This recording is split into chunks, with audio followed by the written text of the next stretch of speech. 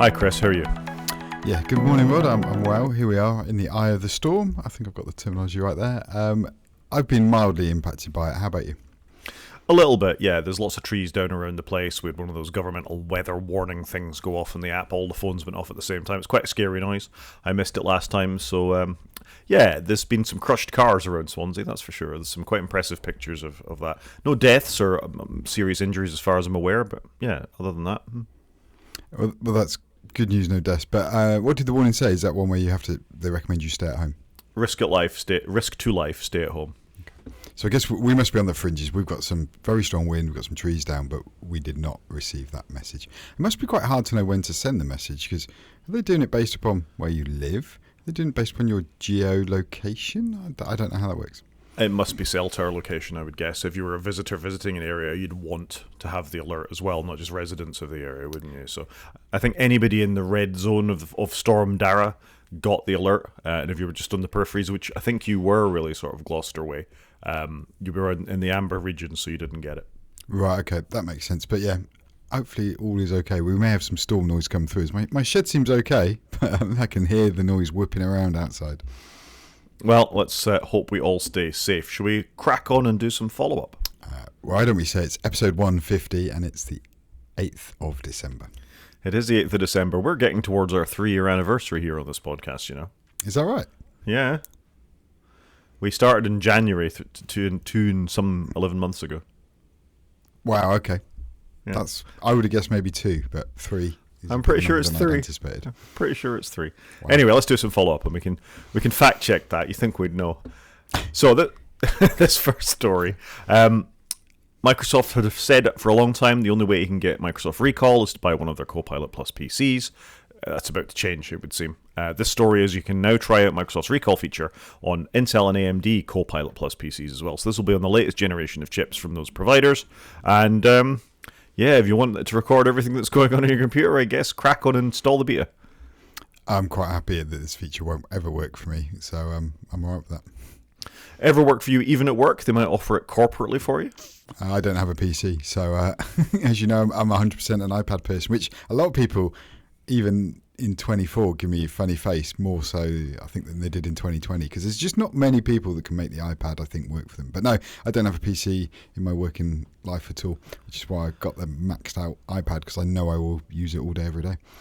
That's fair enough, and I'm now looking at you slightly less weirdly because you only use an iPad. Better than using Windows. Almost anything's better than using Windows, isn't it? Let's be fair.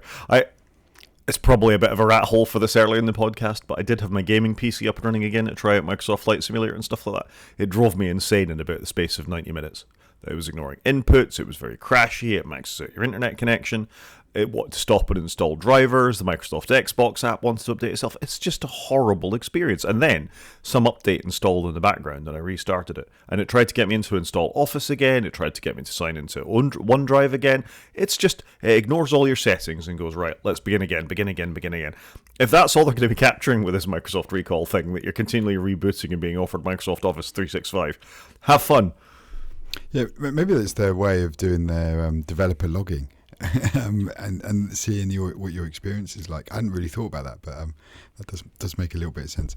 Yeah, I would concur with you on some of this. It can be painful. I have got to, after this call, go and set up Flight Sim for my son because he tried. Because I wanted him to get into installing it and setting it up himself, but apparently it's not that straightforward and it's crashing.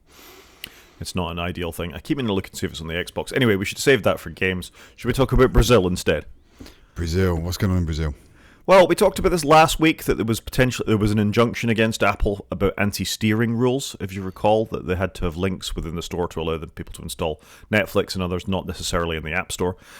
There's some drama happened here that Apple put in an appeal saying, we haven't got enough time to implement this, despite the fact that this store has been around since however long it's been around, and they've already done all this in the EU, but they didn't have enough time to do it, and then it looked like that was going to be rejected, but then all of a sudden, literally this changed in about 20 minutes yesterday. Apple is going to get more time to deal with the Brazilian regulators voting on the App Store. So the ultimate thing of this is they should be allowed to have side loading in the Brazilian App Store, which is a good thing. You and I both agree this is good. We had that story a couple of months back about how the EU App Store is now a far more interesting place, even though they're not notarizing all the apps. But yeah, this is interesting by Brazil. No, I'd agree with that. I had thought that when they started doing the EU, that maybe would be their template for other countries, but it seems like Apple very much wants to have two app stores.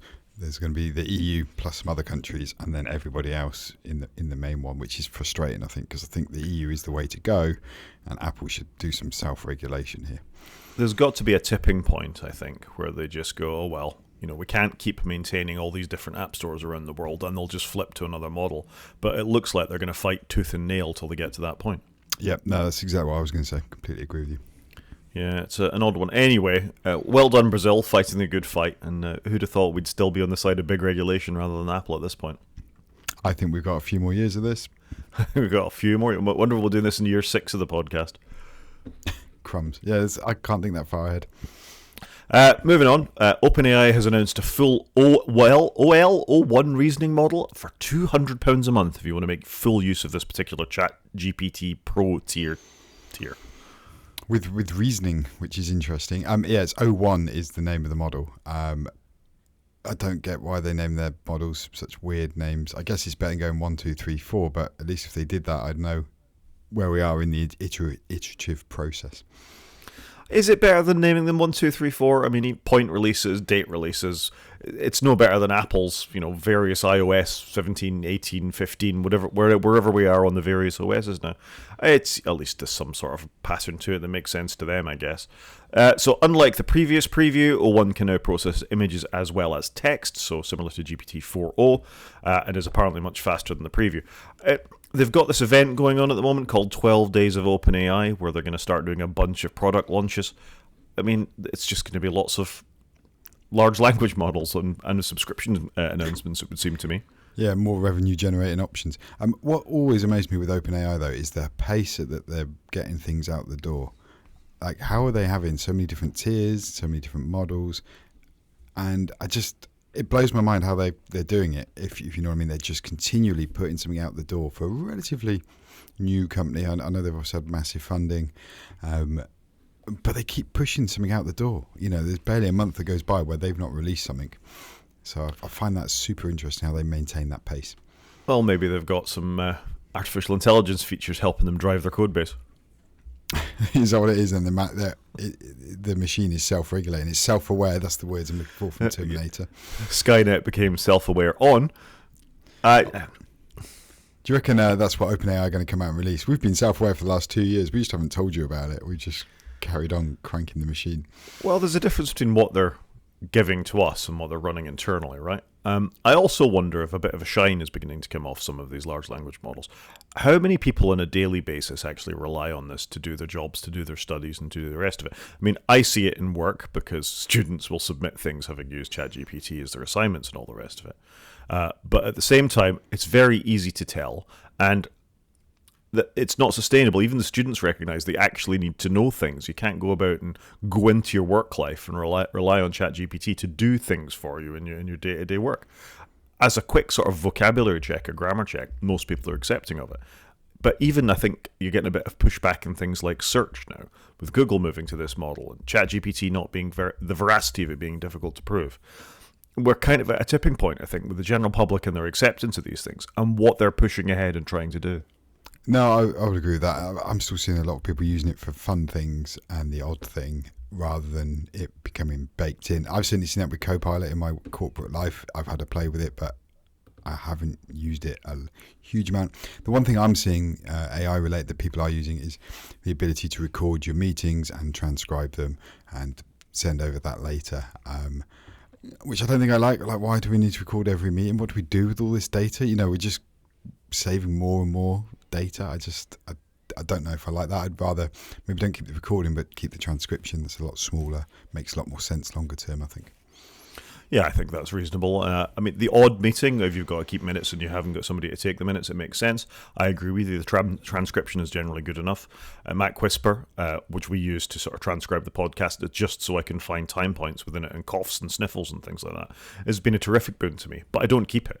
I use it for subtitles, potentially for the thing, and then I just bin it. It makes sense, doesn't it? Like, I don't know. We're just going to end up with more and more data centers consuming more and more power. That's my concern. Yep, totally. One thing that's not consuming more power is Apple Music. as of every year, the last 4 or 5 years, they've done a recap. The last 4 or 5 years, you've had to log into the website in order to look at that recap. It made sense to me recently when I was listening to Jason Snell talk about the launch of the App Store, but all they did was repurpose iTunes Music and how record labels uploaded things to it. So for all those years, it's just been running on an outdated back-end thing that's designed to sell you 99 cents songs. So getting it to display this sort of rich web-based content within the app was clearly a challenge. Anyway, this year, they managed to get it to work within the app. Did you have a look at your yearly roll-up? You say work within the app. I mean, literally, you go. I was just doing it as you were talking. You go in the app, and it goes Apple Music. You tap on it, and then it brings up a web view inside the app. And don't get me wrong, it's a very polished web view, so it looks kind of cool. But then as you scroll through it, down the bottom it goes, you can open your Apple Music replay in the app. And it's like, yeah, but I'm already in the app. So it's not, unlike ChatGPT, it's not self-aware. Now, I've had a look at it. I do think some of the stats are good. I just get frustrated every year that you've got this Apple Music app, they drive everybody there, but they just seem uncoordinated with some of it. They just don't seem to be investing in the app, and it drives me mad. Yeah, I've listened to quite a lot of music from 5 very similar artists from 20 years ago, so no big shocks there for me. Yeah, I obviously got quite into Nick Cave on mine because I was going to the gig last month, so there's a sudden flurry of Nick Cave, but other than that, it's film soundtracks like I always listen to.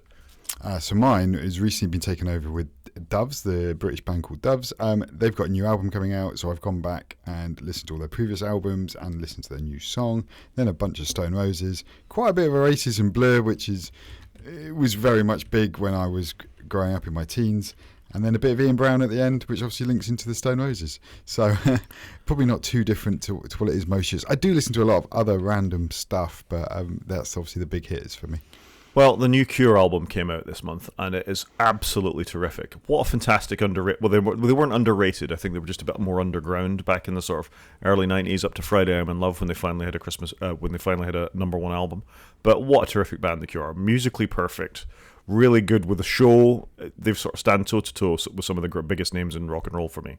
And I don't think I appreciated them enough when I was younger. They weren't goth enough for me. I needed more Sisters of Mercy in my life and things like that. But yeah, that new Cure album is terrific, and I'd recommend you give it a listen. I've just added it as you were talking. Good man. Something else that maybe none of us need in our lives is apparently there's a lot of people who miss the touch bar on the MacBook Pro. Really? Yep. For those that don't know, the touch bar was the function row basically on Apple laptops. Pre-Apple Silicon transition, it was on the Pro laptops, and I do think it was genuinely a cool idea. Like, why don't we take the top row and make it aware of what you're doing, whichever app you're on, and change the buttons.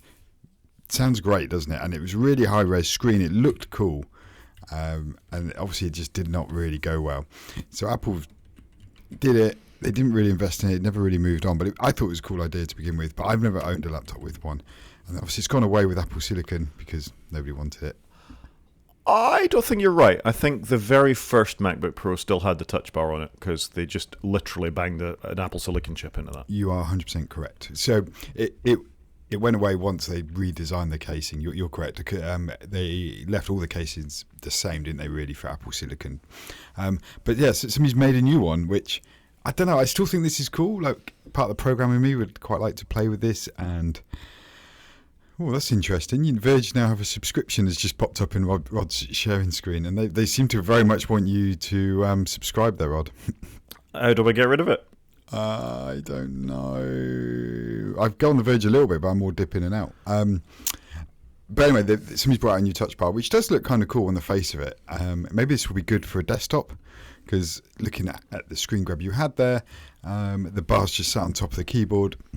On your laptop, you're not going to carry that around with you, but if you had a permanent desk, this could be quite cool. Something that would just sit there and be context aware. I think that's quite cool.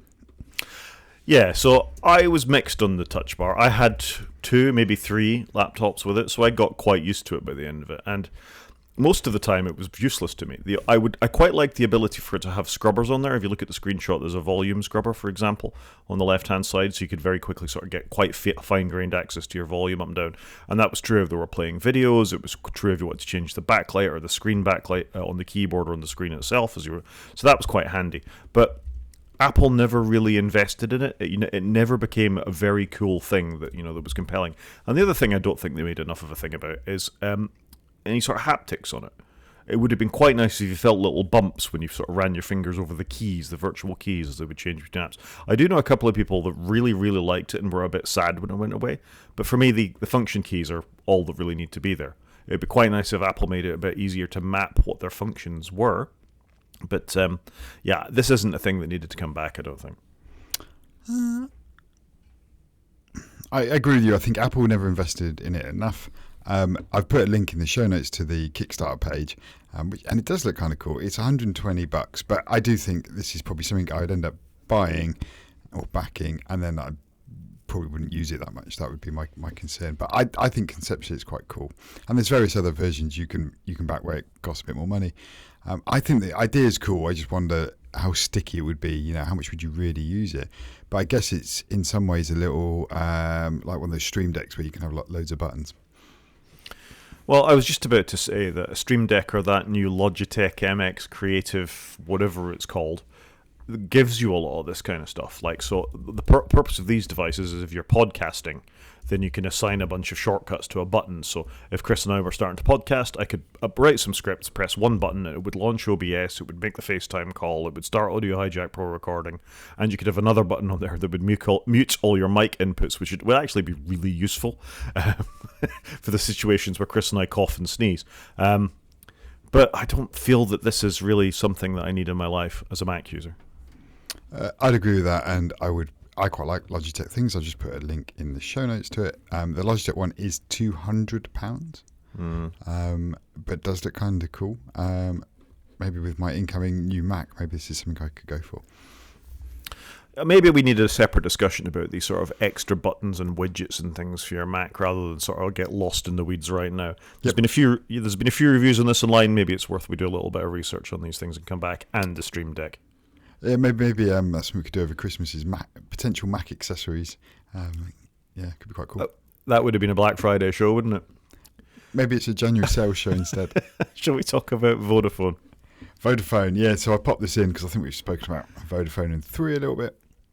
Vodafone and 3 have been given the green light to merge here in the UK, which I wasn't sure if this was going to go through, but they've been given the green light. And what this will mean here in the UK, we will just have 3 mobile networks, which doesn't seem like that many. So we will just have EE, which was what was Orange back in the day, and T-Mobile, I think. Then we've got O2, which is merged with Virgin Mobile, and now we've got Vodafone, which is just merged with 3. So we're just going to have 3 networks, which, doesn't seem that many. That's all I'm going to say. So I'm surprised it's gone through. Obviously, there are other networks like you have that sit on top and use the infrastructure, but only 3 main ones. But maybe it's better for better scales of efficiency, less masts and antennas and stuff. But it doesn't seem like a lot for competition.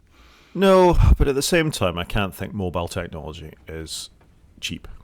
To maintain those masts, to move forward with 2G, 3G, 4G, 5G, millimeter wave, whatever comes next along the way as network becomes resolved, then I can kind of understand why they'd want to share this stuff. But it's not just that, is it? It's these companies also want to offer you mobile signal, they want to offer you home broadband, they potentially want to offer you entertainment channels as well. Certainly in the case of Virgin, they have a bunch of cable network that is part of that too. And BT are the same with BT Sport, although I think they're out of that now, aren't they? It's a triple play is what they want to offer you here. They want to offer you your home stuff and entertainment and everything else. And I wonder about the success of that. Most people just want a lot of bandwidth in order that they can download their stuff or stream their media or click on their Snapchat or whatever it is they want to do, or get their work done with Zoom. Is it less competition? You can still switch between 3 networks. It's not no competition. I don't disagree with that statement, but it's not a huge amount of selection there, is there? But maybe you're right. Maybe mobile networks have got so commoditized now that don't actually need all this different competition, and it's so hard to set up a mobile network and so expensive. And let's face it, the next thing is going to be satellite networks. Yeah, we're already moving there at work. We're already doing a bunch of that because cellular sometimes isn't as good. It's not perfect, but we are running cellular as well. Shall we do satellite as well? Yeah, fair. Should we do some news? Let's do it. Okay, so first story in the news. This is a rumour. It's a rumour I like, though, therefore we're including it. Apparently, for the first time, Apple is investigating cellular to the Mac. About bloomin' time. I can't imagine this is the first time they've looked at this, personally. This is great. They should do this. Like, one of the big features of my iPad is I use it at home. I close the lid, I walk to my coffee shop, I open the lid, and it just works. Whether I'm going on the Wi-Fi or the cellular, I go on the train, it just works. They should definitely do this on the Mac. I can't believe they haven't done it. This has got to be, surely you're highlighting it now, where Apple for years been talking about doing their own modem. They ended up buying Intel's modem arm, but they've not seemed to make it work. But it feels like it's going to come, I think. And what best places should they be doing their own modems? Probably in devices where you won't have anywhere near as many as the iPhone, and then work your way up to putting your own modem in the iPhone by putting it on the Mac, putting it in the iPad. So it's quite exciting. They just need to do this. I can't believe we're still talking about it. I think we all thought this would come as part of the silicon transition. Yeah, we've been hoping for it for a long time. And to be honest, a lot of the time I don't care, in the sense that I get what you're talking about with the iPad. I've had iPads with cellular chips in them, but it's another mobile contract that you need to manage, really. If you get it corporately, that's one thing, that it's there, it's working on your device, and you have got all that always-on connection, and that's fine. But for your average user in the street, that they want to know when their cellular network's being used, potentially don't want to manage yet another contract, because you may have one for your Apple Watch, you've got one for your phone, now you've got one for your laptop, you might be paying your family's ones as well. That's a lot of mobile contracts to manage. And you may come to understand this pain as your kids get older, and you are paying for multiple contracts around the place, as well as managing your work one and. So, I think there's pushing back on the mobile network story from earlier. There needs to be a better way of managing these things, where you can have a forest of devices attached to one contract effectively, and you should be able to swap them in and out as you want, or something like that. And I understand what Apple were going for with the phone, using it as sort of the hub for all those things, but we have moved on, and the convenience would be great. If I'm on a train, trains are the place I feel this pain the most. I open it up, the train signal is terrible. I start degrading my phone for the second I start connecting to it. The battery in my Mac is huge, and wouldn't it just be good if it could manage that itself? Bring it on, and that's fine. As long as it gives an easy way to manage those things as well, that would sort of close the loop. Agreed, but sometimes you want cellular contracts from different suppliers. Because I do that. I have one in my iPad that is a different partner to my phone, so that if one's not got signal, I can hotspot off the other one if I was, in a location. I just think the convenience is worth it. But I kind of agree with you. What we've never really got, other than the Apple Watch, is the mechanism that you've got the same SIM card, in essence, in multiple devices with the same phone number on it. You kind of just want that in all your devices. Look, mobile operator, give me the same SIM card, I'll put it in all my devices. These are all allocated to me. You can probably profile for my usage that I'm together with them and I'm going to be using them, and therefore can you just do me a nice package that isn't too expensive, and roll it all together. But they don't seem to do that. I guess it's not in their interest, is it? They can charge you multiple times. Yeah, that's true. And how many people have the wrong contracts and all of that? It is interesting. I want to see it. Even ignoring the option of it being a bit of a hassle, we should have the option that if people want this, it should be in the laptops. They've been in PC laptops forever. The software is clever enough to manage it. About blooming time. Get on with it, Apple.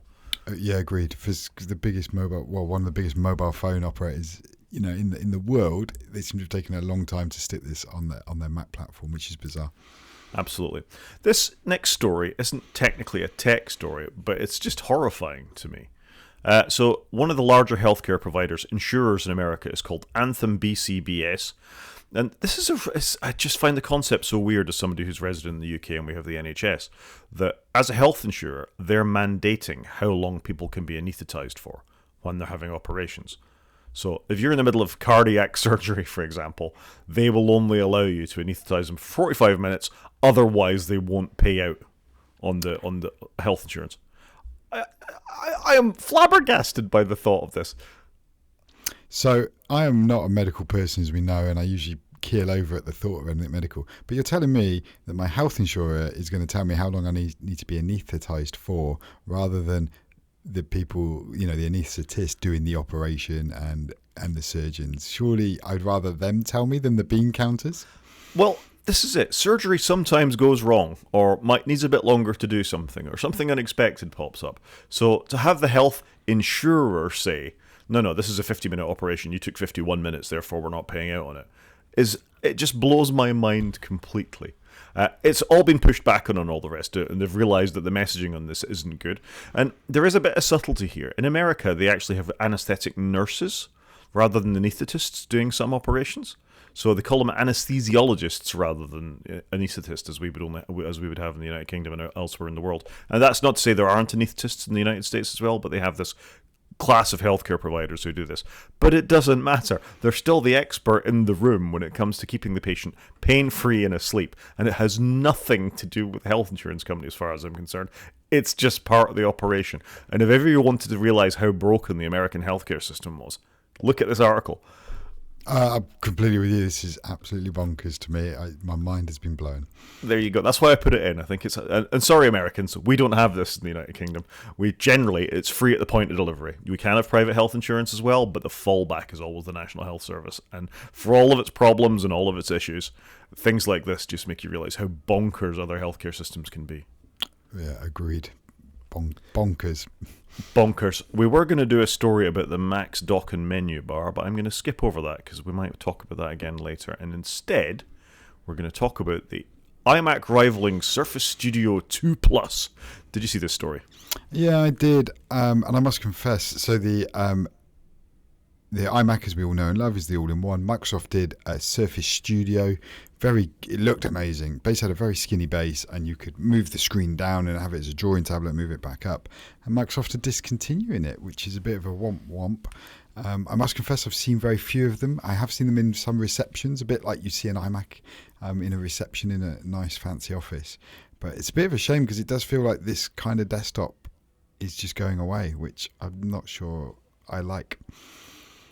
There's a couple of things here, isn't there? I remember when this was released, and a lot of Mac podcasts were saying, this is the beginning. You're going to see, 29-inch iPads around the place now where you can just lie them flat and use them as drawing pads and all the rest of it. And obviously that hasn't come true either. I think our drive is to mobile. Our drive is to laptops and iPads and phones. And Samsung have led the way slightly on this with DeX, where you can even plug a phone into a nice big widescreen monitor and get your computer wherever you go. And again, the movement for me is away from desktops. You might have a nice screen on a desktop, but that's all. So then building all the cleverness into the screen, as Microsoft did with the Surface 2, and all the multi-touch stuff that they put in, and pen inputs and drawing, and the ability to get it flexed to where you want, was fantastic. But it's also very limiting in a very expensive computer to put in one place. And I think actually the Surface, with the exception of their laptops, line has been a bit muddled. Didn't they do huge Surface televisions as well? Yes, we've got them at work. We've got Surface TVs on walls. They're just too expensive and not maintained enough. And that's exactly it. You've got the complexity of a Microsoft Windows operating system and then maintaining that sort of additional presentation-y, something that will just work when somebody walks up and uses it against I can just stick a 300 quid LG panel on the wall and present to that. I don't need all the fancy touch stuff on these kinds of things. No, and that's what we've learned. Very few people use it, and they just go in, do a Teams meeting, share a screen, and walk back out again. And that's exactly it. And I think that's part of the problem with this, is that if a designer wants to use a thing, they'll use their Wacom tablet or their Microsoft Surface laptop. They don't need a dedicated workstation like this particularly. They've managed with the other tools up till now. And it's so limiting because it's a desktop. You can't swap out the processor. You can't put in a graphics card. You can't do X, Y, and Z with it. Pick up an iPad, pick up your Surface laptop, and off you go. So I agree with you. I think the writing's on the wall for sort of quirky workstations like this. Yeah, we do seem to be going back to what computers looked like 20 years ago, where it was you had a desktop or a laptop or one of each, and we're not having the stuff in the middle anymore. Yeah. I'm going to do another medical story, and you might not like this one either, but I just think this is another cool potential use of technology. So if you're recording somebody's brain waves, that's called an electroencephalogram, EEG. And that gives you a bunch of waveforms on an oscilloscope, effectively, so you can see what's going on in various parts of the brains. They're quite sort of restrictive. You need to wear a cap. You can't move very far. It's got to be quite close to your skull, obviously, to record that kind of stuff. It's slightly challenging to get a nice, clean EEG. Anyway, what they're talking about doing in this article is printing, 3D printing, effectively, tattoos onto your head, where you can just observe tattoos of the waveforms moving across people's heads instead of having it put on a cap and secure them to a machine. I just think this is really cool. It is cool. I'm a little squeamish. The thought of a tattoo scares me. That's my squeamish levels. So yeah, it's quite cool. It's temporary. It's not a permanent tattoo. I just don't like the thought of it.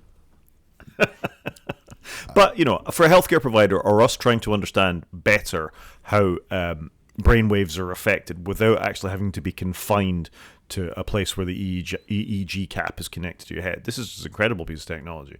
And sort of developments like this, as with the nanobots that ate the fat that you didn't like a few weeks ago either, really are going to allow us to push forward in understanding interactions between things that we couldn't see before. For example, if you put somebody in an MRI scanner, you need to be very careful what goes in there with them. There can't be metal bits attached to them because of the magnet that's in an MRI scanner. If you've got a tattoo and you can watch other things that are going on while your brain was actually being scanned, this is just very cool stuff. It will allow us to understand a lot more what's going on. I completely agree. No, it's very much cool technology. And it's great to see some cool tech. And like you say, this could be really insightful into things in the future. Really good. Yeah, it really could. I'm tentatively going to bring up another Verge article now and hope we don't get the subscription thing. So this, I thought, was quite damning on behalf of the United States government. That they announced last week that you should be running some sort of encrypted messaging system, even just as a normal person out in the world. You should be using WhatsApp with two-factor turned on, iMessage, Signal, Telegram with two-factor turned on. It's quite an admission of how badly penetrated telephone networks have become. Yeah, it felt like this one is sponsored by WhatsApp when you read the article, because this is literally got to be music to Meta's ears of basically use our app. For those of you that weren't using our app, this should hopefully get them over the line. And it is WhatsApp, isn't it, predominantly in America and very much over here. WhatsApp is the next thing of choice for sure. That almost everybody uses that. At work, I've kind of enforced Signal on everybody because I think it's a higher level of encryption and what we should be doing. And I don't like Meta, so I want to be a little bit different. And Signal's obviously what Edward Snowden used to keep his communications private as well, and it's a lot more open source and reputable than something like WhatsApp. I still don't trust Meta in as much as, for example, we know they take your contacts, and we had that story a couple of weeks back where actually they want to store your contacts as well in the cloud rather than on your device, which they pitch as being, well, it'll be just dead easy every time you move phones or move devices, all your contacts are there with you, but also they've got better access to your contacts and understand who you're talking to, even if they don't know what you're saying. Signal don't do that. Signal don't even require you to have a phone number anymore. They've got an encrypted way of creating a user account. So that drive for privacy is certainly being taken forward more by Signal than by companies by WhatsApp. But having said all that, WhatsApp is still better than using an SMS message. It's bonkers, isn't it? And remind me, but I think RCS will improve this, won't it? That replaces SMS. RCS requires an encrypted server in place as well. So unless there's an encrypted server in the chain, then no, it won't make any difference at all. So bog standard RCS to RCS isn't encrypted. There needs to be that, and I think it's only Google specific servers that are encrypted at this point. So no, RCS isn't necessarily going to improve this. Wow. Okay. So you use WhatsApp as the takeaway. The thing is, governments don't particularly want you to use this a lot of the time either. This is why this is so surprising by the American government, because they want to track their citizens too. Yeah. They want to wiretap criminals and do all that kind of stuff that, whenever we have this perpetual argument about won't somebody think of the children versus the individual's privacy. I understand the complexities of that. Trying to understand a terrorist's pattern before actually doing something and unpick that is very important. But also, the government doesn't have an automatic right to understand every little thing of every citizen's life. And this is quite a sort of heavy endorsement of what's going on in the United States. Yeah, I mean, like you say, it does show, though, that it's amazing the government are recommending this, whereas, they normally want to keep tabs on you. So it's got to be bad if the government are recommending this.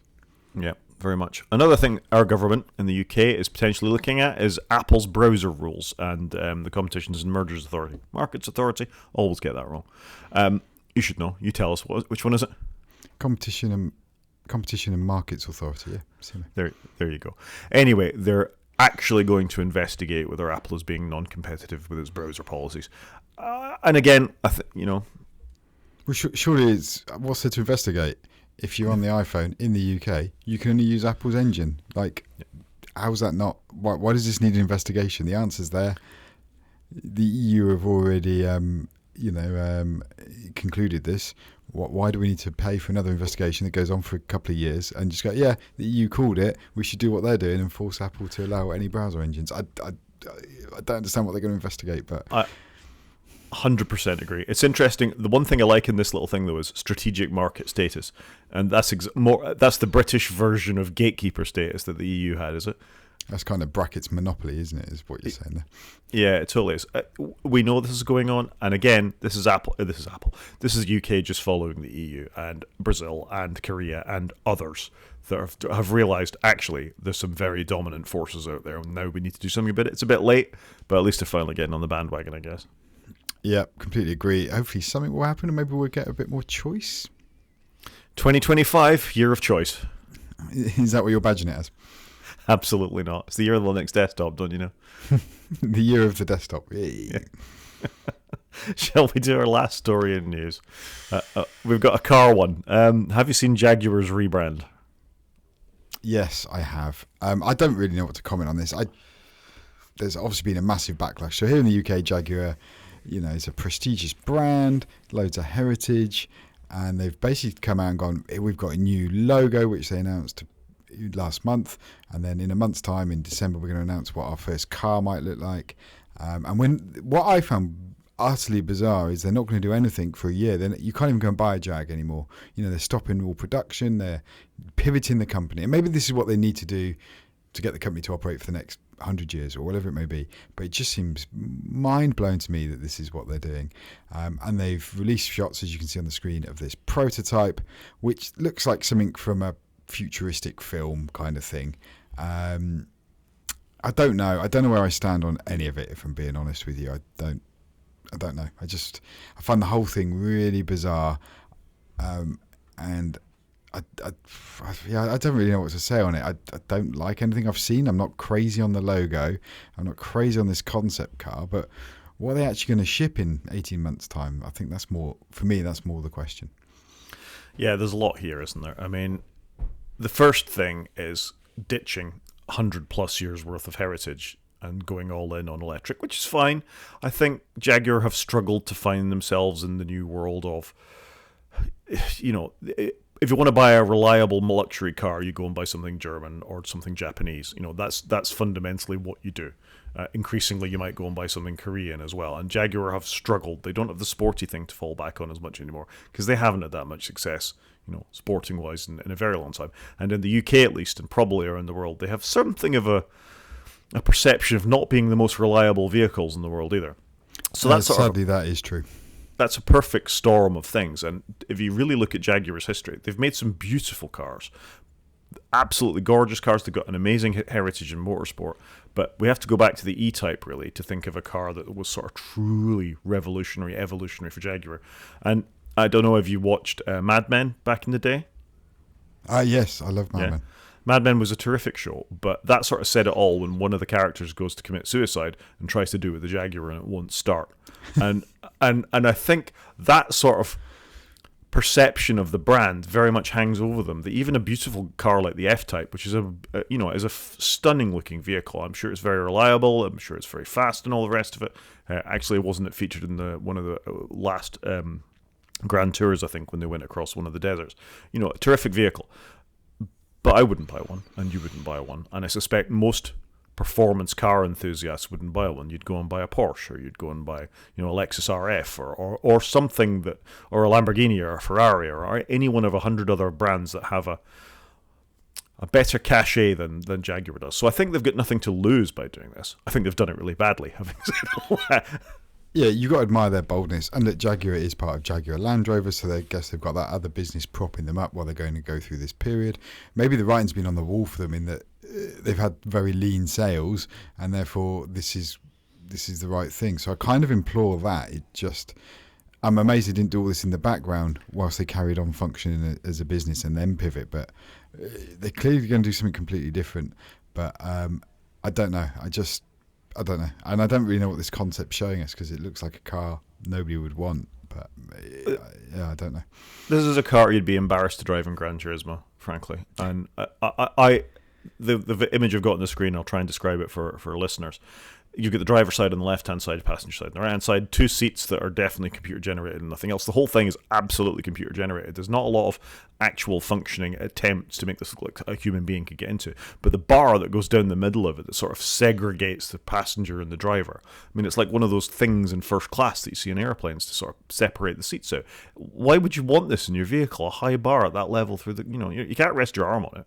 Even as a concept, that's crazy. Never mind the rest of the car. I completely agree. I mean, you may want this if it was a taxi, but not if it's a family car or, a regular car. I don't know. The whole thing seems bonkers, but let's see where they end up, I guess. But, I just don't know what else to say on it. I wish them luck that, they're no longer a British manufacturer, but they still have that, history, certainly within the UK, of, I think fondly of Jaguar. You know what I mean? I wish that I bear them no ill will. But I just don't understand. I also don't understand why they've got GU capitalised in their name now. Yeah, Jaguar. The font just drives me bonkers, if I'm honest. But I can't believe they're surprised by the massive outpouring on the internet of how bad this is and how they haven't read the room. The one thing I do like that they have said is copy nothing. I.e., we're starting again, we're doing our own thing. And if they actually achieve that would be super interesting. However, if they bring out a car that looks like an existing car, that would be pretty bad. But I do like the concept that they're doing their own thing, because not enough companies do that anymore. The only thing I can think about, and I agree with everything you just said, is it written like this to get you to say Jaguar rather than Jaguar, like Steve Jobs used to say? Could be. What slightly concerns me, though, is we've seen it with Dyson building an electric car and then abandoning it at the last minute. We've seen it with Apple. I'm worried, is Jaguar going to go a similar way? Jaguar have an electric car, though. The I-Pace is an electric car. They've got bunches of electric cars. They're not all No, they've got one. But are they going to struggle, though, if they're going to do something completely new and innovative, like Dyson, like Apple were trying, and then they've abandoned it? So curious to just see how it's all going to play out. Yeah, it will be interesting. I was going to bring up more stuff about Jaguar, but I think we'll call it a day on that. And should we do some media instead? I would imagine everybody has seen all of this because it's been plastered over every form of website and social media outlet. Fair. Let's do some media. So first thing for me, and this is sort of tangentially media, it's more about media than media itself, as we typically talk about. But there was a rumour this week that possibly Sonos could move to a subscription model for their speakers in their app. I don't like that. I've got a lot of Sonos speakers around my house, and hiding them behind a paywall wouldn't impress me in the slightest. No, I can understand that. I would be concerned. And Sonos have got a lot right with their hardware. We've talked about it before. They've carried on just doing their thing, and it's worked out well. But how often do you replace your high-end speakers? Not very often. So is this a way of them keeping revenue more stable, I guess, and growth, as the shareholders like to see? I think they've had too much churn recently to do this, frankly. All the nonsense with their app and, the poorly introduced headphones and all the bits and pieces they've had up till now, that they're really on the thin end of the wedge when it comes to people moving to something else. And there are alternatives these days that will do the whole room thing relatively easily and straightforwardly. The app is still a shambles. It's very difficult. It's very slow. It's very clunky. Speakers drop in and out. The reliability of the speakers for me is still better than HomePods, which just goes to show how bad HomePods are, really. But I would stop using them at this point. I've been burned too many times, fool me once and all that kind of stuff. Yeah, no, I get it. I've not used Sonos for years. I often give them the side eye. I do like the hardware. It looks very good. But I wouldn't want anything that requires a subscription. No, not for this. Not when I've got surround sound attached to my TV. When I turn that on, I want to play my PlayStation. I don't want to, oh God, did I pay my £5 a month to Sonos in order to listen to my speakers that cost me £300? I completely agree with you. Bad. Something that's, I think, good is Wolf Hall. Wolf Hall is based on a Hilary Mantel novel. It tells the story of, get this right, Thomas Cromwell and Henry VIII. I initially thought it was about Oliver Cromwell, but it's about Thomas Cromwell. I haven't watched that much of it, I'm quite honest. It is historical, it's BBC, it's very well regarded by critics on Rotten Tomatoes, very highly regarded. Stars Mark Rylance, and he's incredible in it. It is the role he was meant to play. It's just been redone as Wolf Hall something else, I forget what, so I thought I'd give it a go. So watch first episode. I'm very impressed, but it's one of those things that I see its value more than appreciate it at this point, I think, if that makes sense. No, I can understand that, but it's also got Damien Lewis as Henry VIII. I've not seen this, by the way. He looks amazing as Henry VIII in the poster art, and then you've got Claire Foy as Anne Boleyn, so quite cool. And then Jonathan Pryce is in it too as a cardinal. So what an amazing cast! It's an exceptional cast, and it's actually got a couple of actors from Slow Horses in it as well. The lady that plays the office admin, I can't remember her name. That's terrible. The character's name. Oh, my mind's just gone blank. The older lady. This is not good podcasting. I'm reading the book at the moment. I'm reading the 5th book as we speak, and I can't. Standish is the character's name, but I can't think what the actor is called. Catherine Standish. She's in it, for example. So yeah, it's. I've enjoyed the first episode. Haven't loved the first episode. I mean, I can understand why there's the distinction between 85% for the audience and 99% for critics. I will return to it at some point, but Wolf Hall is what I've started. Fair enough. I'm still, so far behind on TV shows. Do you know what? I'm not sure we've spoken about it here. I did play for my son the trailer for the new Star Wars Skeleton Crew TV show. I said, "Do you fancy having a look at this? I've seen a bit online about it." He watched the trailer and went, "It's not for me." Which was interesting, because I thought, it looked like it was punching for an 11-year-old. It looked like he would enjoy it, but not at all. Didn't want to go anywhere near it, which was a shame, because I quite fancied watching something different with him. You can still watch it. You don't need to be there with your son to watch it. No, but sometimes it's nice when you watch something together. Like when we watch Bake Off, it's nice when we all get a little bit invested. So I'm a bit disappointed with that one. I've popped in the show notes a link to Fly Me to the Moon. This is now available on Apple TV Plus. Apple did something different with this. They released it, I think, so you could buy it for, say, £20 here in the UK, and then brought it to their streaming. I think they're trying something different with their films. They seem to have a hit and miss relationship with films, as we talked about last week. But it's got Scarlett Johansson in it, as you can see, and Channing Tatum, and it's all about Channing Tatum's running the moon missions. He's the director for that. Scarlett Johansson's a marketing person, and she's trying to help NASA market better and get more viewership and things. It's quite cool. It's all around the Apollo 11 piece. It's interesting. It's very slow, though. I mean, it's a long film, and it spends a long time setting the scene. I haven't got to the end of it yet, but just interesting to see. Great cast. The era looks amazing. Whether it's a film I will ever watch again, I don't know. Oh yeah, Woody Harrelson's in it too. Forgot about that. He's also fantastic. So just as an additional aside for viewers of the video, we got a copyright warning last week when I showed the Major League trailer. So it was running in the background as Chris and I were talking, and YouTube wouldn't put the video up because I had a copyright warning because I showed too much of the Major League trailer. So I think I'm okay up to 30 seconds to spool trailers in the background, which is why I've paused the video. Sorry, audio listeners, but that's just a little bit of background for you. That's fair enough. But anyway, this film looks interesting. It's free to watch. You've got Apple TV Plus. Like I say, I'm halfway through. So far, it's okay. It's not setting the world on fire, which is what you can say for most of Apple's movies, I think. Yeah, I think that's right. Although the Blitz movie has been very well reviewed, I understand. Yeah, that's next on my list. I've wanted to see this because I quite like the concept of what they were doing with it. Blitz is next. Fair enough. I haven't watched this. Isn't it an era that should appeal to me? I like the cast. I like the Apollo stuff. So yeah, I should maybe give it a go. You've put me off slightly with what you said there slightly. Sorry. That's okay. That's fine. It's important information. I watched a film as well last night. I watched June Part 2 even. Again, I think watching the TV show, as I talked about last week, has put me back in the mood for this. It's a terrific film. I mean, they are also very long. Taken together, they are really just one film. And the audience and critics are united on this one. It's easily an over 90% movie. Timothée Chalamet is terrific in this. I mean, he's not an actor I thought a huge amount of in the past. He was good, solid. He is terrific as Paul Atreides. Yeah, I would agree with that. I haven't seen Part 2, but in Part 1 I thought it was fantastic. So yeah, this is on my list to watch as well. I would watch this over Christmas as well. And I can't remember if I talked about it, but I'm going to rewatch Dungeons and Dragons: Honor Amongst Thieves as well. I was thinking about that the other day. It was a terrific film. It was unexpected for me to a film based on Dungeons and Dragons was going to be any good anyway. I watched it, I think, over a year ago at this point. Hugh Grant's in it as well, he as a bad guy. He plays a really good bad guy in it as well. I hope that's not spoilers. But yeah, I just fancied something funny and silly, so that's popped to the top of my mental list of things I'm going to watch again soon too. So you might want to put that on your Christmas watch list. Man, I'm not going to be doing anything over Christmas other than watching TV.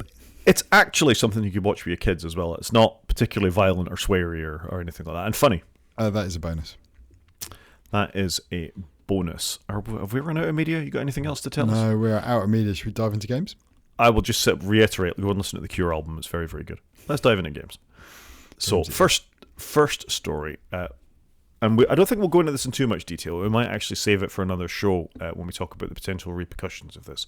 But Valve leaked some stuff this week of new stickers being available, and there's The Verge trying to get me to subscribe again. New stickers being available powered by SteamOS. So this has sort of raised the potential that Valve are going to release a bunch more consoles, the ability to install the SteamOS on supported hardware level, so you could have a Steam Deck under your TV and all the rest of it, and that's quite exciting, I think, based on the success of the Steam Deck. They've tried stuff in the past, but it does feel like they've got it all coming together now, doesn't it? Like, the Steam Deck's been so successful for them. They've got the catalog, they've got SteamOS now. You know, it feels like they've just been casually in the background lining all their ducks up. So it does feel like it's going to be their year.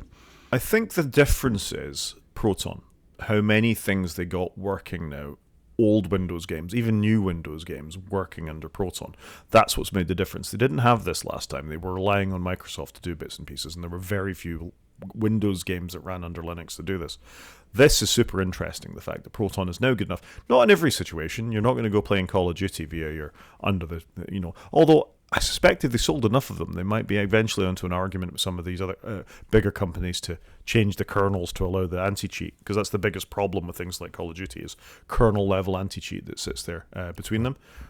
But with a bit more serious hardware behind it, an ecosystem that includes a Steam Deck, a VR headset, a console that sits under the TV for relatively cheap, that plays 98% of your games, I think you're going to be happy with that. Yeah, like I said, it does feel like they've slowly been aligning all the pieces, so it's going to be interesting to see. Is 25 going to be their year? Year of the Linux desktop and year of the Linux console, eh? It would be quite a thing, wouldn't it? I'd be interested to see if that happens. We could see, couldn't we? We could see. Something that's not happening. Ubisoft, I talked about this in the podcast probably about 6 months ago. There was a new shooter in town. It was called X Defiant. It used some properties like Splinter Cell and all the rest of it for the characters. So they had, they had a bit of cachet. They had ex-Call of Duty developers developing it, and they're just about to shut it down. It seems to be the thing. I think it's very hard for a shooter to get traction. This is the second shooter we've had in a couple of months. Concord went the same way, didn't it, earlier? It just feels like it's a hard market to get into and to actually make a grab for I guess, consistent players. But it launched a good fanfare, didn't it? Yeah, it was good. And I actually quite enjoyed it. I'd say I played a couple of hours of it. I'm a COD fan. I'm exactly the right kind of person who'd be into something like this. It immediately felt quite money grabby, though. It was immediately trying to get you to buy skins and packs and upgrades and cosmetics and all this kind of stuff. And, I mean, Ubisoft aren't always the most trustworthy company when it comes to these things. I never went back to it because you stick to the market players and the things that where the game base is. And the game base is on COD, and the game base was at this point on Battlefield.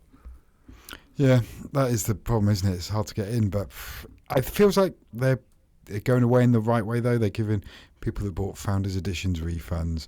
They're going to still deliver the DLC content that they've already announced. So I do give them that, I guess, that they've tried to exit in the correct way.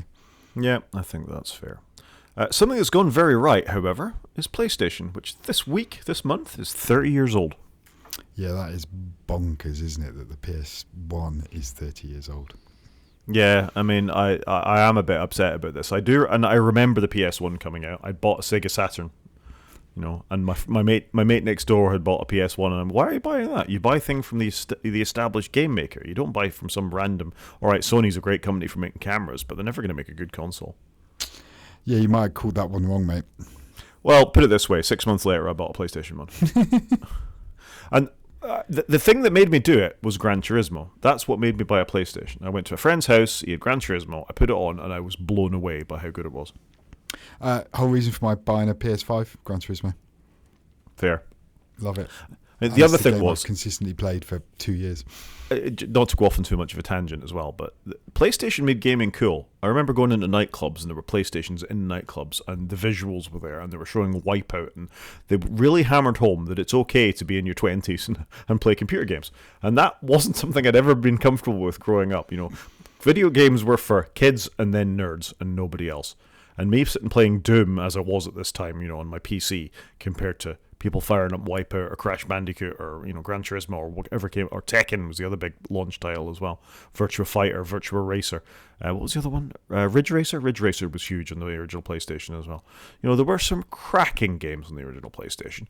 Great bit of consumer hardware, and Sony wrote the book from that point on how to win the console war. Yeah, and you're right. This was that transitionary device of when it wasn't just aimed at kids and nerds, as you put it. It was a console for everybody kind of thing.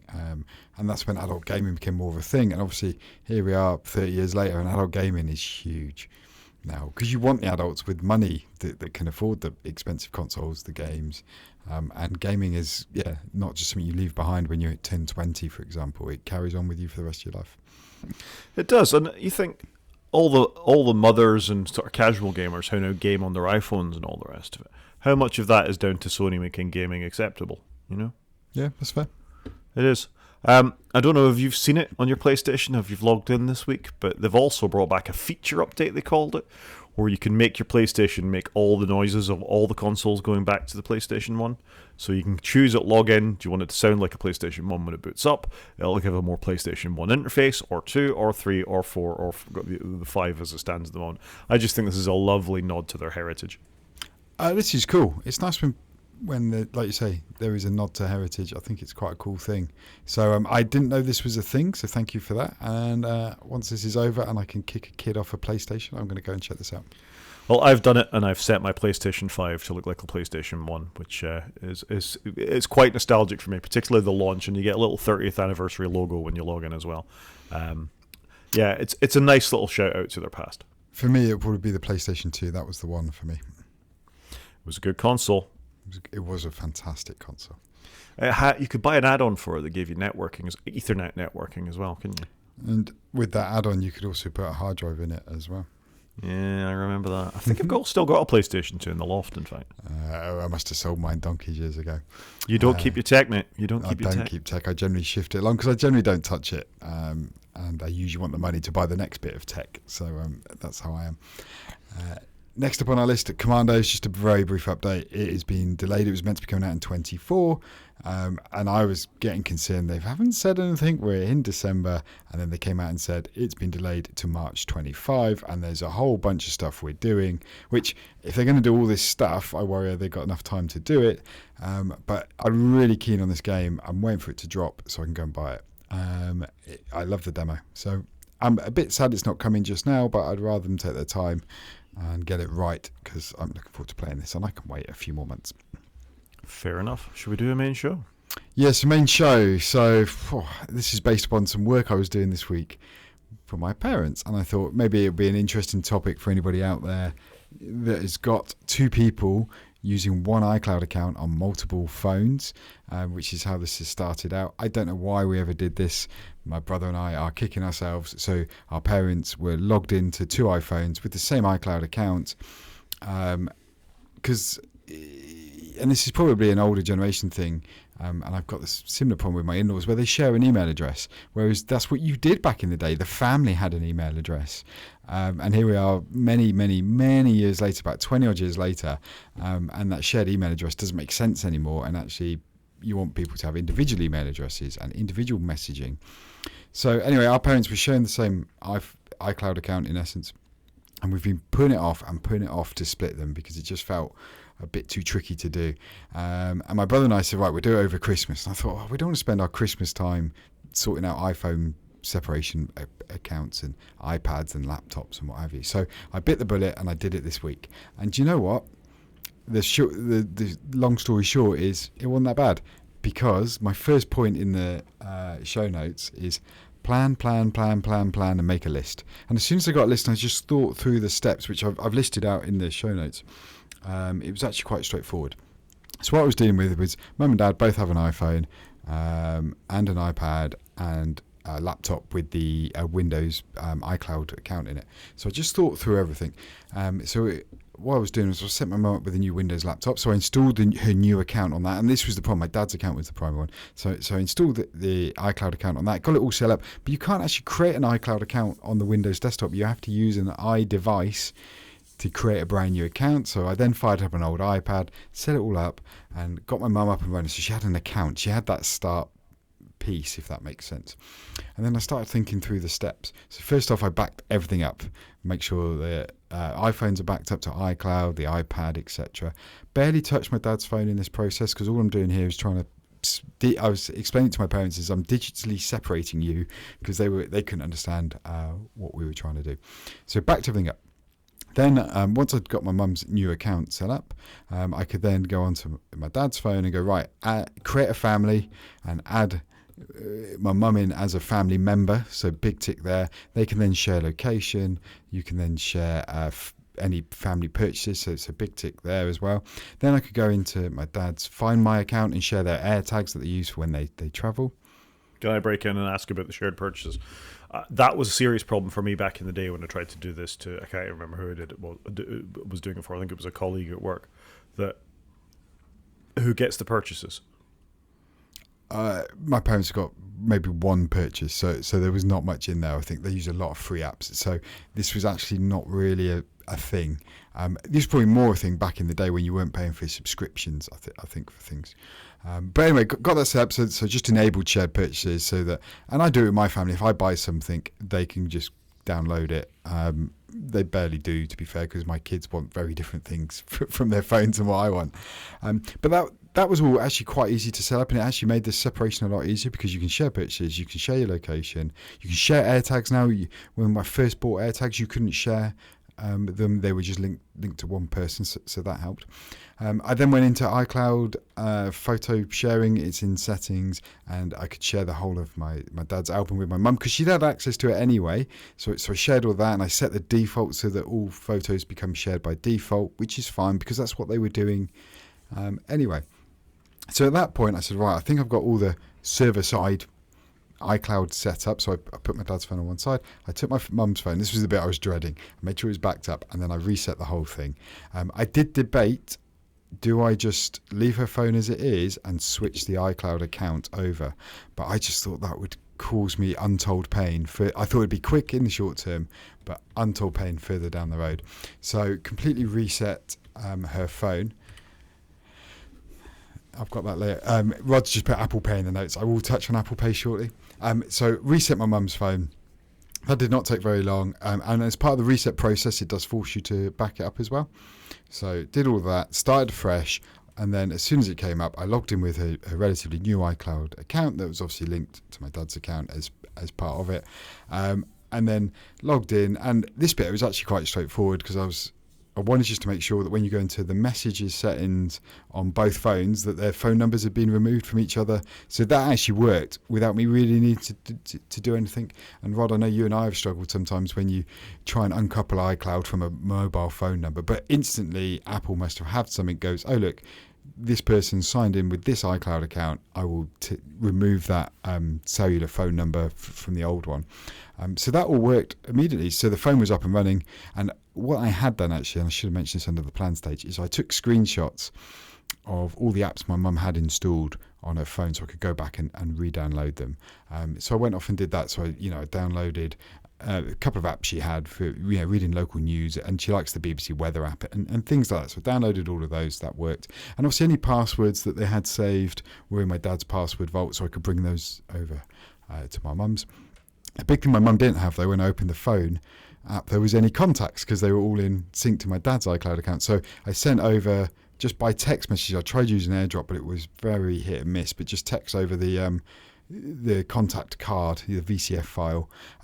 Apple, though, to be fair, when you share a contact card, you can tick which fields you want to share, which was very well done. Text all those over, added them all in, and that got her phone book up and running. Why did you did them individually then?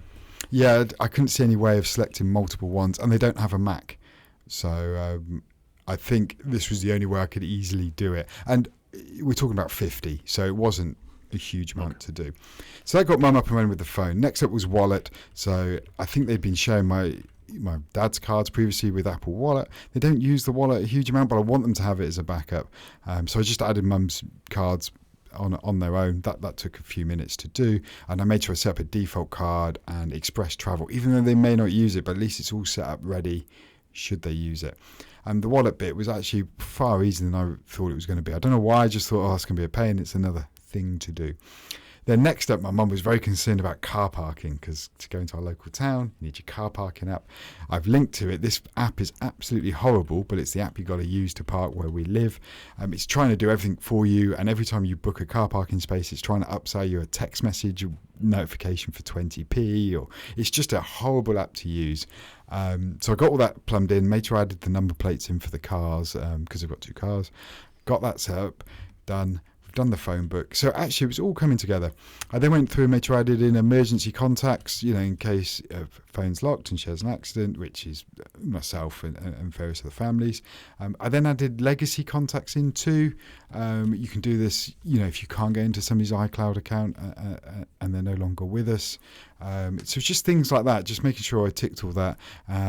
It wouldn't let me though turn on advanced account protection because of the Windows client on her PC. So I've got to go and deal with that at some point. But got a lot of it done. And you know what? This whole thing probably just took a couple of hours. And her phone's up and running. And I haven't touched the iPad yet. So I'm seeing my mum later today, and I'm going to wipe her iPad and just set it up as her, because I now know the phone's there. She's up and running. I didn't want to do both devices at once, just in case there was something I missed. But do you know what? I've been putting this off for years, and I wish I'd bitten the bullet sooner, because it wasn't as scary as I thought. Yeah, that's quite smooth. It's certainly smoother than I was expecting it to be. When I've done this in the past I think I said before, one of my daughter's boyfriends had the same iCloud details as his mum, and they'd get each other's text messages. That's not good. And that's not good for an 18, 19-year-old boy to be getting the same text messages as his mother, for lots of reasons. It's not good for anybody in that relationship, is it? No, it's bad. It's bad all round for whatever else is going on there. So stuff like this is really important, and I think it's interesting though that you've managed to do this so successfully. Really, obviously you got a bit of knowledge, understanding. You did the plan thing, because I think a lot of people would just start and not have the backups and then get themselves in a horrible mess, which is why people don't. And obviously even you put it off for a long period of time, because it was quite an intimidating thought that you had to do all these things.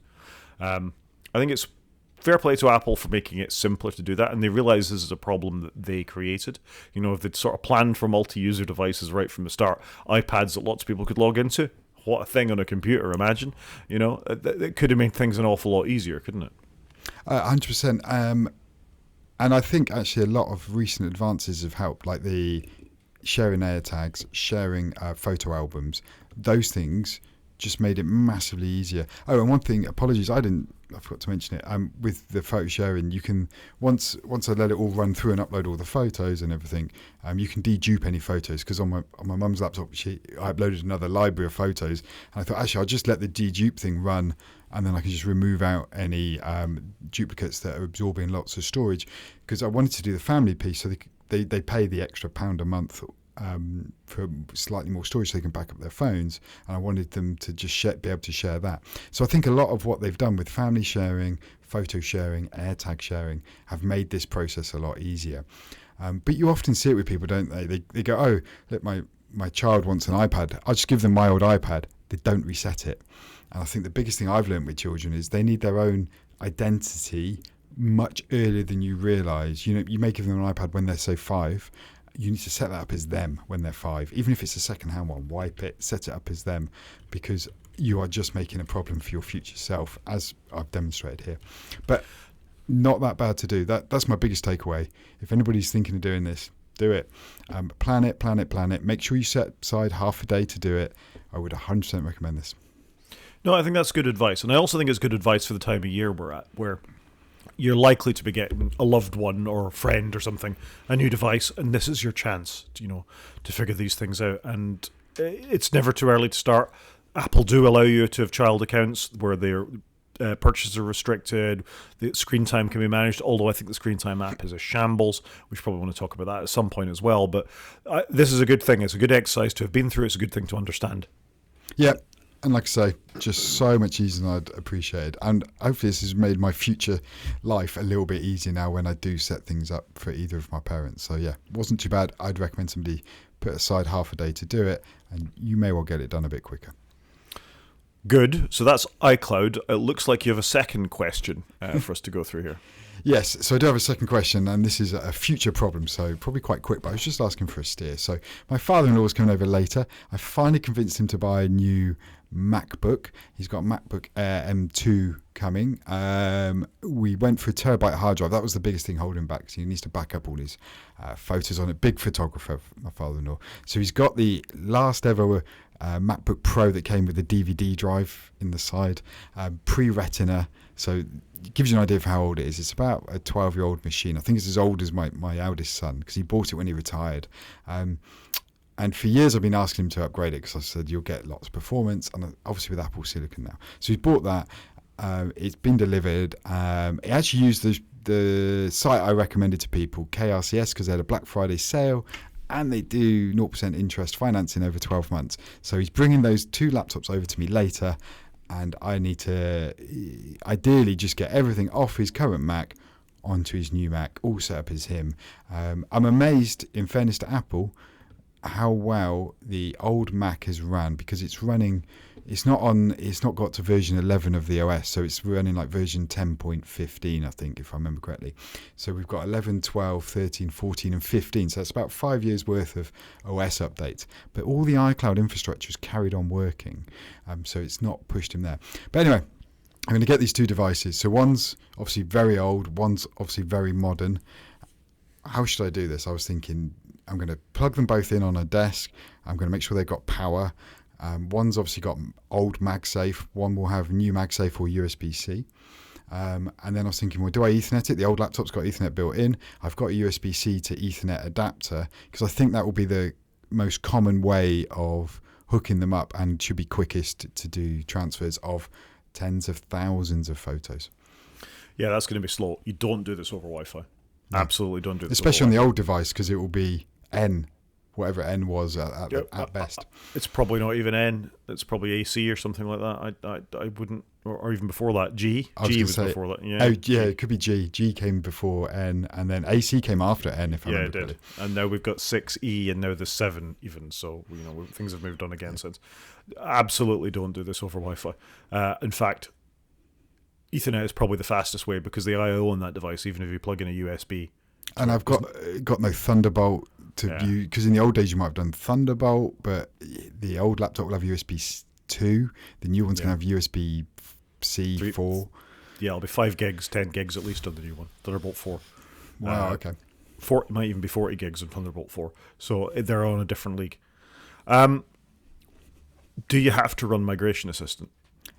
I don't know. I was kind of asking that question. Part of me wants to, because is that going to be the cleanest way to do it? He's not going to have lots of apps either, because he uses the iWork suite for any documents, because I got him onto that years ago. I said, you should just use the iWork suite. It's free. It's pretty good. He uses Apple Photos. That's where his tens of thousands of photos are. There's no Adobe. Is it iCloud, or is it just stored on device? No, it's all iCloud, because it's all on his phone, so I think that might help. I've got gigabit internet.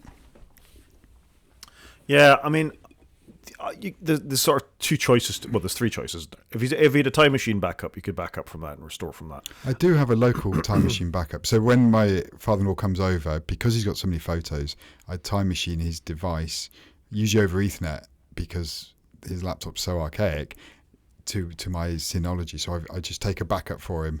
I've never tried to restore it. It's just more that peace of mind of I've got your back.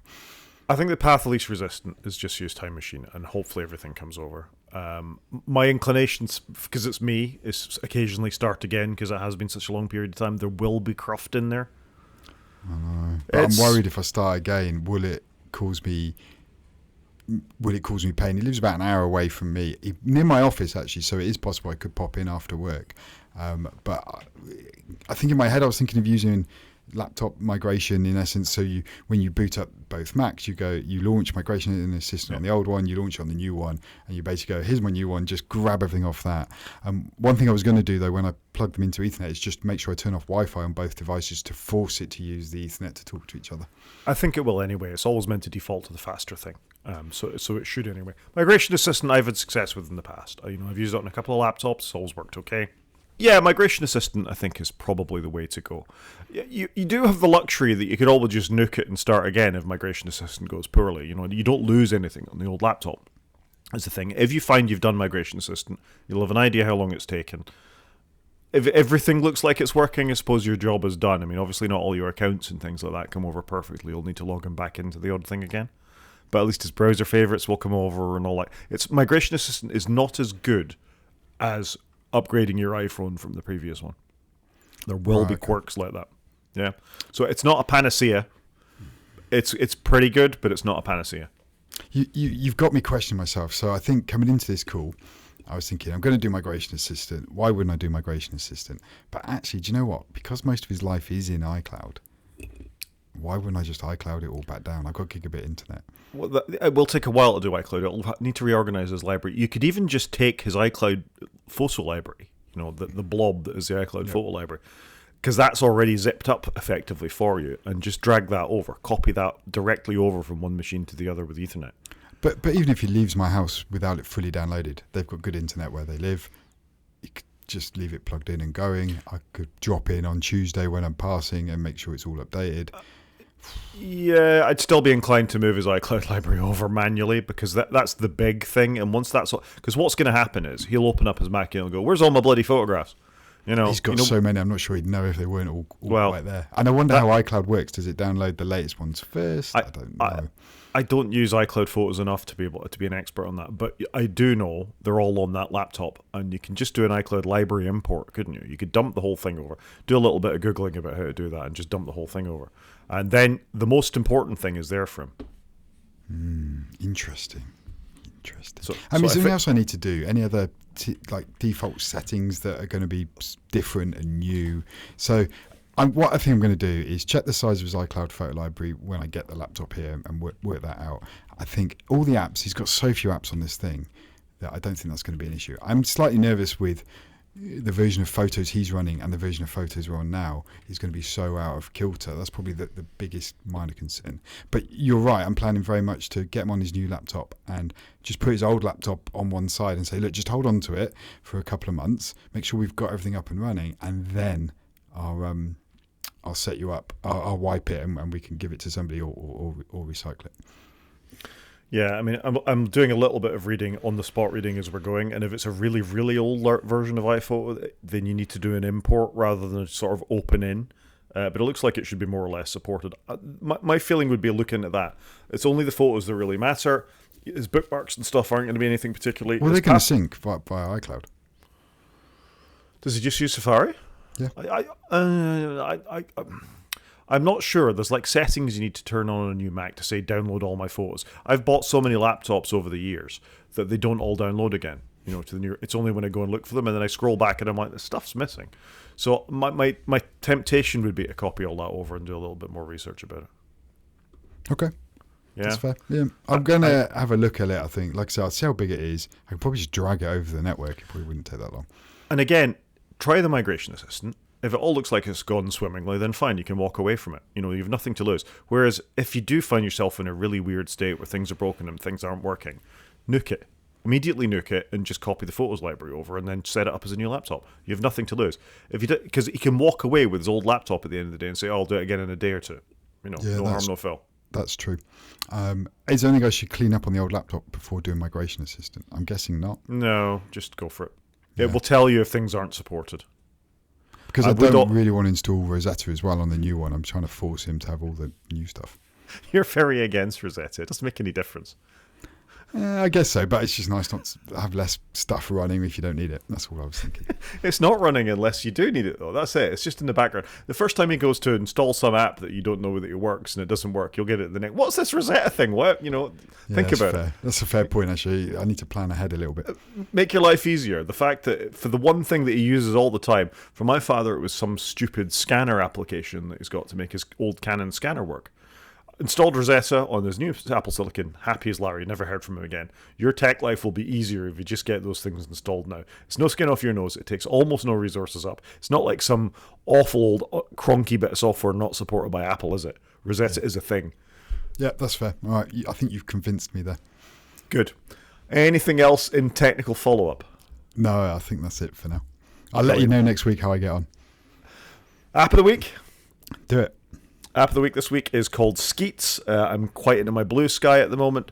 Skeets is a third-party app in the same sort of vein as Ivory and others. There is a pro version which you can pay for, or month by month, or on an annual way, or you can use the free version that gives you almost everything except no notifications. So if you've still got the proper Blue Sky client installed, you'll still get notifications while you try it out. Nothing to lose, works very well. Lets you be a bit more granular for some of the Blue Sky stuff, like Blue Sky for me shows too many replies. As default within the thread, if somebody replies to somebody's post, you see some of the replies as well. Not all of them, but it gives you sort of a flavour of the conversation. I don't like that. I'd rather dip into conversations on my thing. Skeets lets me control that. So good little app, works quite well on my phone. So far so good with it. I haven't sprung for the pro version yet. I'm still sort of moderating my use of Blue Sky to a certain extent. I still prefer Mastodon, I think. But yeah, very good. Skeets. Skeets. I'm not sure I love the name, but fair enough. Yep. I do like the icon though. I think that's kind of cool. Yeah, it's cool. Sort of cloud-based, isn't it? I like it too. Blue Sky. I think Apple have ruined icons with the latest iOS 18 update because they're all just starting to blur into the same sort of some random coloured shape in the middle. So I like that. I think it looks cool. Nice. Thing of the week? Thing of the week for me. So I've gone with an app as well. Festivitas. I think I've said that right. I just thought this was kind of cool, and it reminded me of the old days of a Mac when you get little utility apps, which we haven't had many lately, and this just allows you to have some Christmas lights on your dock or across your menu bar. It's a guy I've been following on Mastodon for a while, and he even on Mastodon said, I didn't think a week ago I'd be releasing an app this week. So it's something he's obviously made, turned it into a product, sold it for I think it's about €4 is the recommended price, and I just think fair play. Like, he's pushed out an app, he's made some updates to it already. But this is what the Mac used to be in the old days, wasn't it? You could just go and buy a little app that would just do a silly little thing. And the Mac had loads of these apps, and they've kind of gone away a little bit in more recent time. But I just thought it was kind of cool. I agree with you. These apps are kind of cool. I did see John Gruber post about this as well. He managed to annoy me in like a one-line post saying, your dock should always be on the right-hand side as God intended. Only maniacs would have the dock on the right-hand side as far as I'm concerned. The left-hand side is where the dock belongs, John. Come on. I like it at the bottom. You're wrong. It should be on the left-hand side, not on the right-hand side, and not on the bottom. But I'll accept the bottom because it's the default place. It is the default, and also for me, it's the set on my iPad. You've got no choice, so it's muscle memory. It's also got 95% 5-star rating for 230 odd people. So it's just a bit of fun, isn't it? And like I say, it's just a bit of nostalgia of what the Mac used to be, and I would like to see more of this kind of thing. I think we can call that a show, Chris. Yeah, I think so. So if anyone wants to get in contact, Rod is at g5maniac@mastodon.scot, or he's on Blue Sky at g5maniac.bsky.social. I don't like that name. Not your name, by the way, the B Sky piece.